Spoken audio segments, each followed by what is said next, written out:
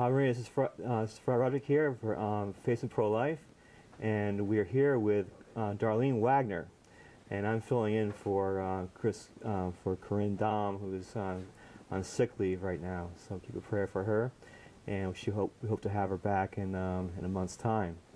And Darlene, how you doing? Hi, how are you, Friar? Good. And so Darlene, you're the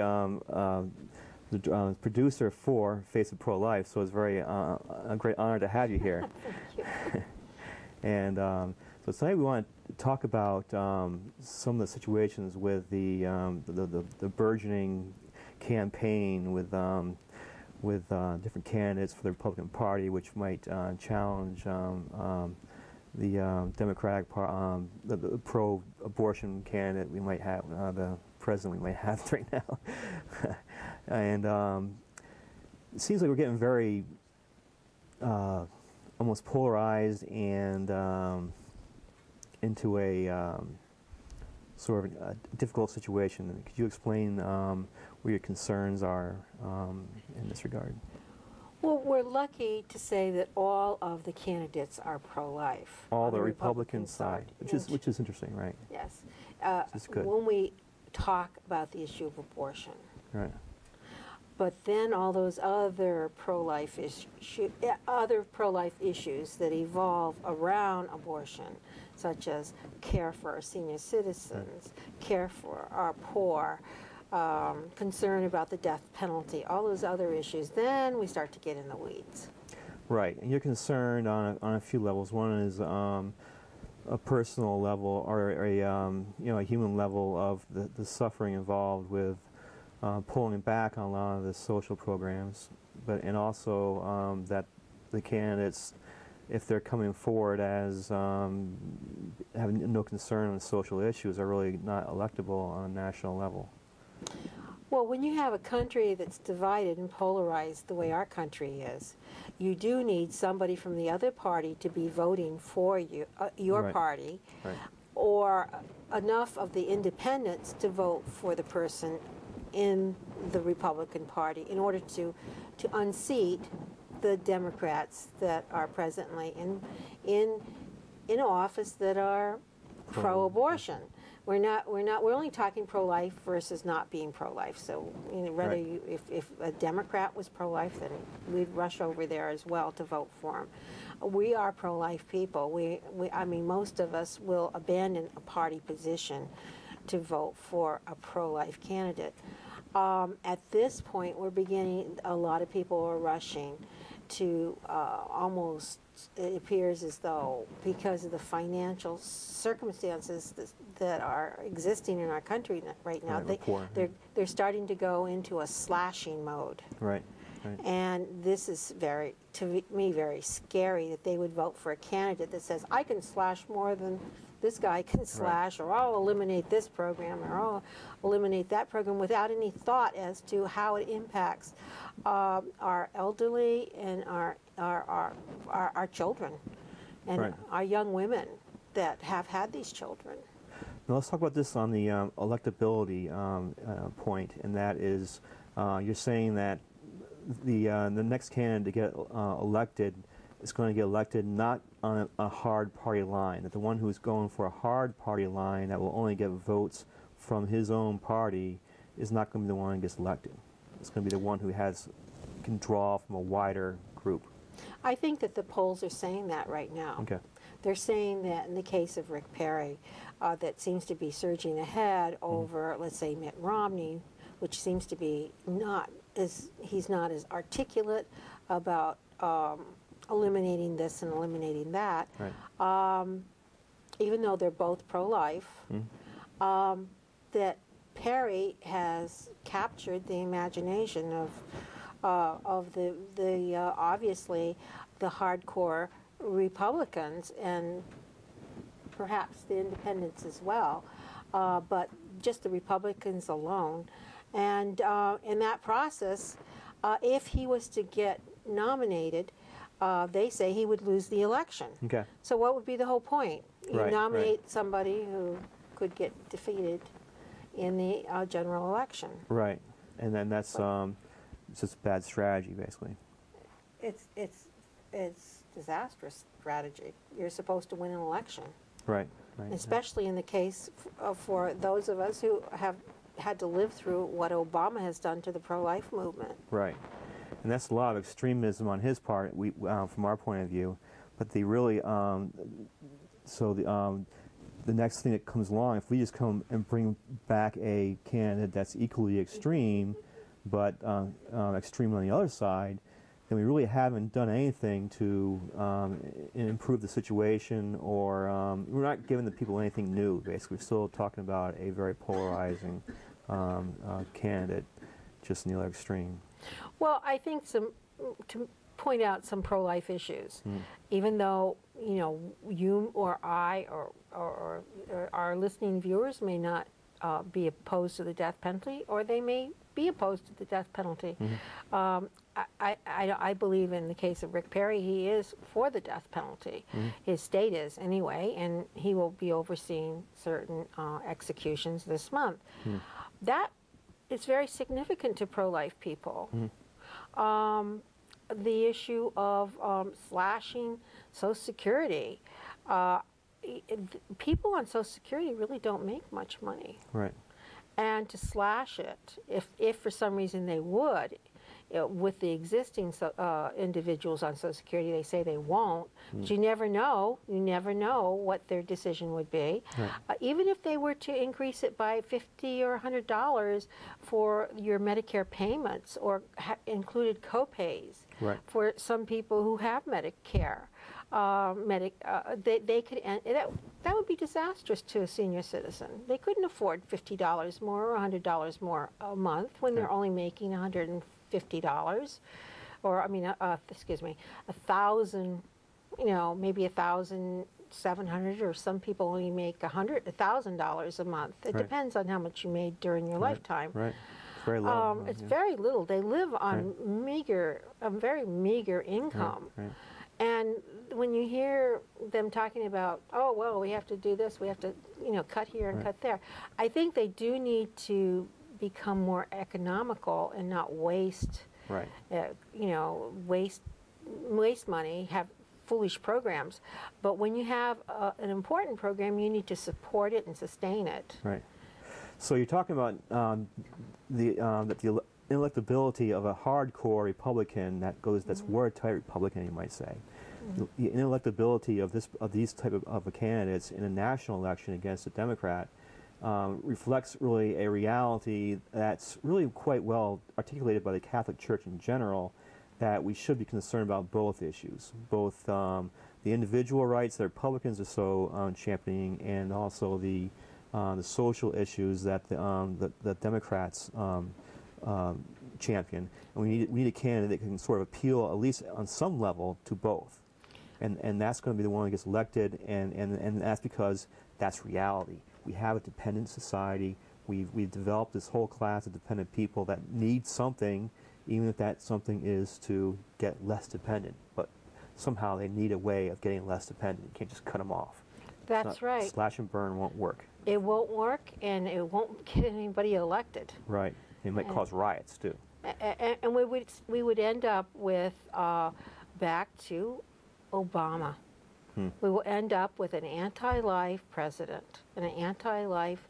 It could even bring in a new Congress, that we would lose the Congress we have now that became Republican. And they say they're pro-life, but pro-life means pro-family, pro-life means pro-elderly, pro-babies, pro-children, caring about our poor. Right. We need to economize and we need to cut back, but we need to do it with care. And it doesn't sound as though the slate of Republicans, some of them sound very uncaring for the elderly, and very uncaring for. I listen to all the channels, and I get a little scared when I hear that they want to cut this and they want to cut that. They need to not be so vicarious about the way that they just say, we're going to do this, we're going to do that. It scares me, and I'm not an elderly person that's ready to retire 100%. Right. So, but you're saying that there's a room then for a Republican kind of efficiency mentality that might come in and fix some of the waste that's in the social programs, but not a one that totally guts the social programs. I absolutely feel strongly about that. I would like an intelligent type of management, Right. where the waste is eliminated and the programs are sustained. And would you say that Obama's program fits that description? No, I don't think that he's a good manager at all. I think that he's wasted a tremendous amount of money. And opportunities too? And opportunities as well. Right. Seems to play a lot of golf, right? I mean, he's a break every now and then. I don't want to be too hard on him, but actually, I'm happy when he's golfing. It's worse when he's making policies.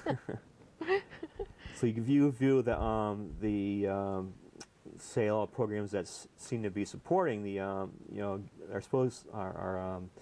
quote unquote for the poor that he's promoted, that very energetically, all the healthcare programs to be kind of a miss as far as how they help the poor. Well, they haven't.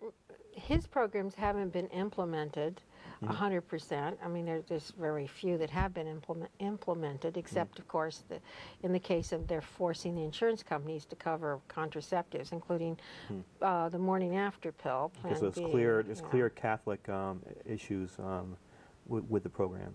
There's clear Catholic. It should be opposition. Yes, it completely goes against the church teachings on the issue of. And provides no flexibility as far as people who want to opt out. From what I understand, I don't know if they're going to be taking that into court or what they're going to do, but that was just last week. The bishops came out in opposition to forcing the insurance companies to pay for contraceptives, as well as that includes Plan B, which is an abortion, really, abortion feta. My concern is that what will happen to the elderly and what will happen to the poor that, let's say, an extreme Republican becomes president. You know, why can't we have someone who's more moderate and pro-life? Or someone who's going to be a precision cutter that isn't just coming in and saying, I'm going to automatically, because I wrote a book or something, I'm going to automatically cut here, here, and here. And then what would happen to us? Right. We left high and dry. We're pro-life people. We're against abortion, but we're pro-life from birth to death. Right. And there's a lot of distinctions to be made here. Say, Cardinal Bernardine came up with the whole idea of the seamless garment, which we don't really agree with in a sense here. But we are saying that nevertheless, these issues are important. They're not on equal level.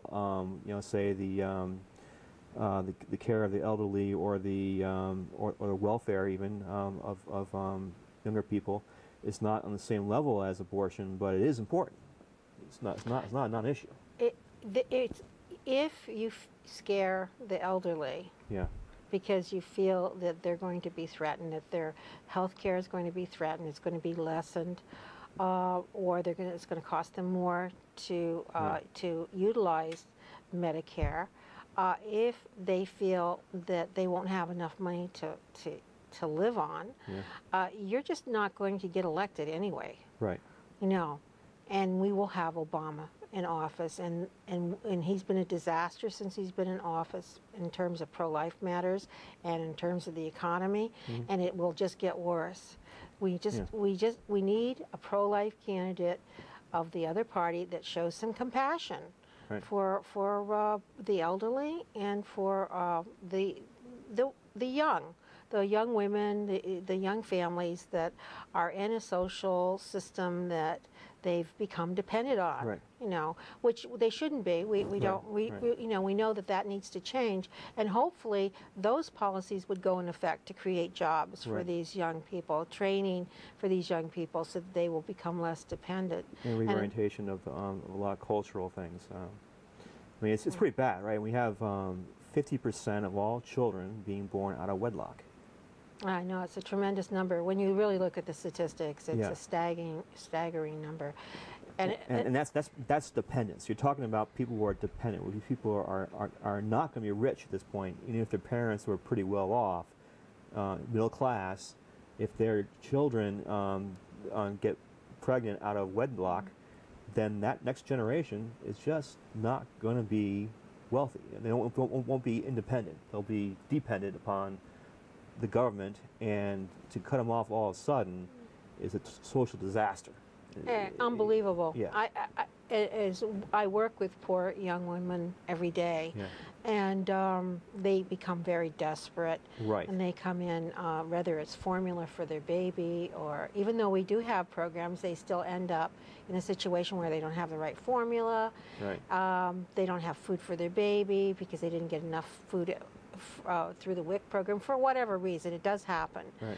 And diapers. They diapers and wipes. I mean, to hear the desperate sound in a woman's voice when she says, I only have one diaper and I have no wipes.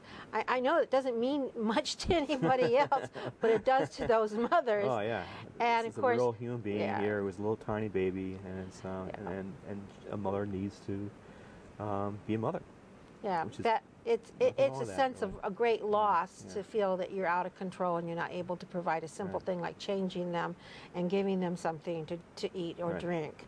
And these things do happen, and I can't imagine anybody start these programs more without reestablishing in them some way for them to get a job. The majority of young women, if you have a criminal record, you cannot work even, I don't think you can even work at McDonald's. Wow. You know, they might have a specific program for people who have a criminal record. They do in places like Dunkin' Donuts. Right. But the majority of places you have to have a GED or the equivalent, a GED or a high school diploma, or you have to have no criminal record. And so that's a very small employment Right. These field days, getting that worse you and- can yeah. that you can meet. Right. And it takes a number of months or years to have your record, erased if for some reason you had a small Sure. criminal activity, whether it was shoplifting or, it was if you had a domestic violence situation. I mean, it marks you and it travels with you, so it makes you unemployable. Right. And so here you are. You're running a pregnancy crisis home, right? Or center. Center. Okay. And this is in a rather poor town, Willimantic, but you're running it with a very, very efficiently, very little bit of money, and you're and you've done a lot of good for people. But your job comes very much harder, or even impossible, if the government programs are all cut, as far as all the other helps that the women get, as far as food and welfare and stamps and. Well, a good example is the crib. Yeah. The recall on cribs. Okay. Traditionally, if someone had a crib that was in good condition and a used crib, they could always give it to another person. Right.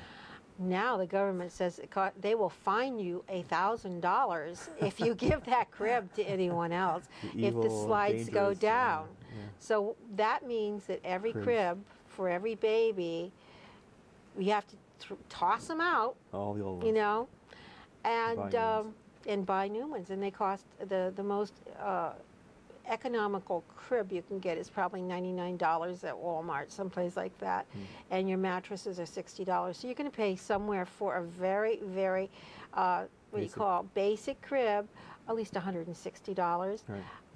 If you include your taxes. We don't pay taxes when we buy them, but we also like to buy a good crib for a very strong child, because sometimes there's some really tough looking kids that we have that come in, and real boxers. Yeah, so we buy the ones that are really sturdy. So it's $179, and then the mattresses. Yeah. So you're going up to $250 for a crib, and then it seems as though everybody is coming in now for cribs. Right. Everybody. And so the problem's getting worse because the poverty is getting worse, less employment, and the government did this. They did this. I know that they have their reasons. The recall of cribs was for, they consider a very good reason. Yeah. For 30, 40 years, Right. women had the sides go down, Yeah. and because they said that, you know, that there were accidents Sure. that happened. And if that is all true, if that is all Right. true, that the children weren't left unattended and it wasn't for another reason, then I guess it's justified, but it's going to cost us thousands of dollars this year to make up for that. Right. So, and so the government really isn't helping. They're not, in a sense, they're being, and that's probably one of the problems of Obamacare is that it's adding so much bureaucracy, and it's, in that sense, it's not jiving with the Catholic idea of subsidiarity. What I see in what you're doing at the Pregnancy Crisis Center, Birthright, is something that's very in line with subsidiarity, where the smallest group possible takes care of what they can take care of, and then only goes to a higher agency when they have to. The government seems to be doing the exact opposite. They're putting this gigantic federal bureaucracy to do all these little things that small groups could do. Now, it seems to me that you're being very efficient. Is there some way that that can be done, the government can do to make it more conducive to making your kind of group more easy to do, and more people can do it? Is there some way of a framework that could be done that's that would be a true Catholic Well, that is a really deep thought. Yeah. I mean, that's like $1 million idea there. Well, actually, I mean, we're doing a program right now that's helping someone retrain in our office that has disabilities, and she is unsighted. So, and for her to do data entry, that is quite an accomplishment. Unsighted as in she's blind? Unsighted, yes. Oh, wow. And for someone to use a computer and to take information and put it into a computer and do, you know, there's a lot there on that computer that even with sight, you know, but they come up with a system, and she's doing this. And it's not costing the government anything, except the state is involved in terms of the placement of her. But it's not so if they did more outreach to employers that placed people who would train in the jobs, that it would really reduce the cost of and prepare them for the workplace. If they looked at it that way, that would be one way to do it, to take employers and match them with people who would do intern work of some sort, whatever it is, bakery, you know, office skills, or you know, hair, you know. But to do that, they would have to do away with a few regulations. And that those regulations are what make you stumble all the time. So and the regulations always come with anything the government does. That's one of the main drags with the government and the big bureaucracy. They sort of need regulations to keep the thing under control. But that's the whole point. Why have such a big organization do these things that organizations like yourselves, your group, can do much more efficiently and much more on a personal level? And I think that in the long run, the pregnancy crisis centers have all been ran, well, the ones that were run as volunteer organizations, and now some are now making money, and the cost of that pregnancy crisis center escalates to like 500 times the amount that a volunteer organization does. So let's say the average pregnancy crisis center probably can operate under a volunteer structure at least $40,000 a year, where if you have staff, that's $250,000. And then that escalates, you know, your fundraising and all those other things. If it coincides with the number of people you're helping, and you're suddenly helping thousands and thousands of people, then that might justify itself. But if you're just within a framework of 1,000 or so people, it really shouldn't. You should not. You know, I don't think that you should take $250,000 and use it for salaries, or at least $200,000 for salaries and $50,000 for your office cost. If you do that, then you're not going to be able to help those girls. You're not going to be able to buy the cribs. Right. You're not going to be able to buy, and we'll probably end up having to buy Well, car seats this year too. Well, certainly with your budgets, no, Yeah. right? So, maybe there's some way of. It seems like we need someone with ideas to come in with and find ways for community service type operations to work. You know, so somehow they're not being funded properly or given the right environment to work on these things, and that something needs to be done. And you want, for the Ave Maria house you're trying to do with the poor, is really you know, a job creation thing as well. You're trying to train people to and reorientate their lives to you know, to be good citizens, and that's a big job. Well, and that's what we're talking about. It's a big job. We need big assets to do that. So somehow the government could come in and help, perhaps, but somehow do it in a hands-off way. I'm not sure. But, I don't think the government would effectively help the Ave Maria home. They say they would just add more of a burden. Yeah, so that's the problem. But the concept of the Ave Maria home is to develop job skills and build character and provide for a mother and a child and give them the support that they need for at least a year to get off their feet. Yeah. And that's the wonderful formula for our problem that the Ave Maria would offer. If we can get it off the ground in our area, it will be only one of, there's only 2 other maternity homes. We would be the 3rd maternity home in Connecticut. That's not a whole lot. No, not given the magnitude of the problem and the whole orientation of the whole society. You need the whole society to wake up to this fact that we need to do this and get the whole you know, society, schools, mass media, you name it, has to get on the mark here.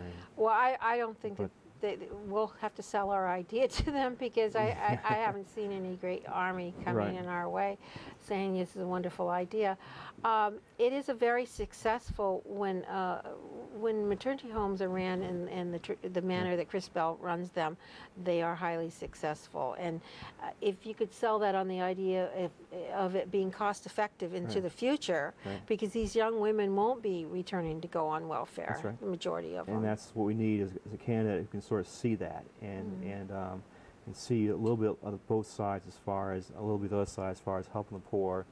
At least the fact of getting them on their feet, because if they don't, then they're going to be a burden somehow, either because of the welfare, the Social Security, or the fact that they get cut off is going to be won't vote for them, and they won't, or they might, you know, social unrest. Well, I believe in compassionate conservatives. Compassionate conservatives. That's a beautiful thought. So, thank you, Darlene, for giving us your thoughts on this whole issue. That trying to find a Catholic balance, and that's what life's about. It's a balance, and here we are on the Face of Pro-Life. Thank you for coming and viewing, and we hope that when you look in the mirror, you will see the face of pro-life. God bless.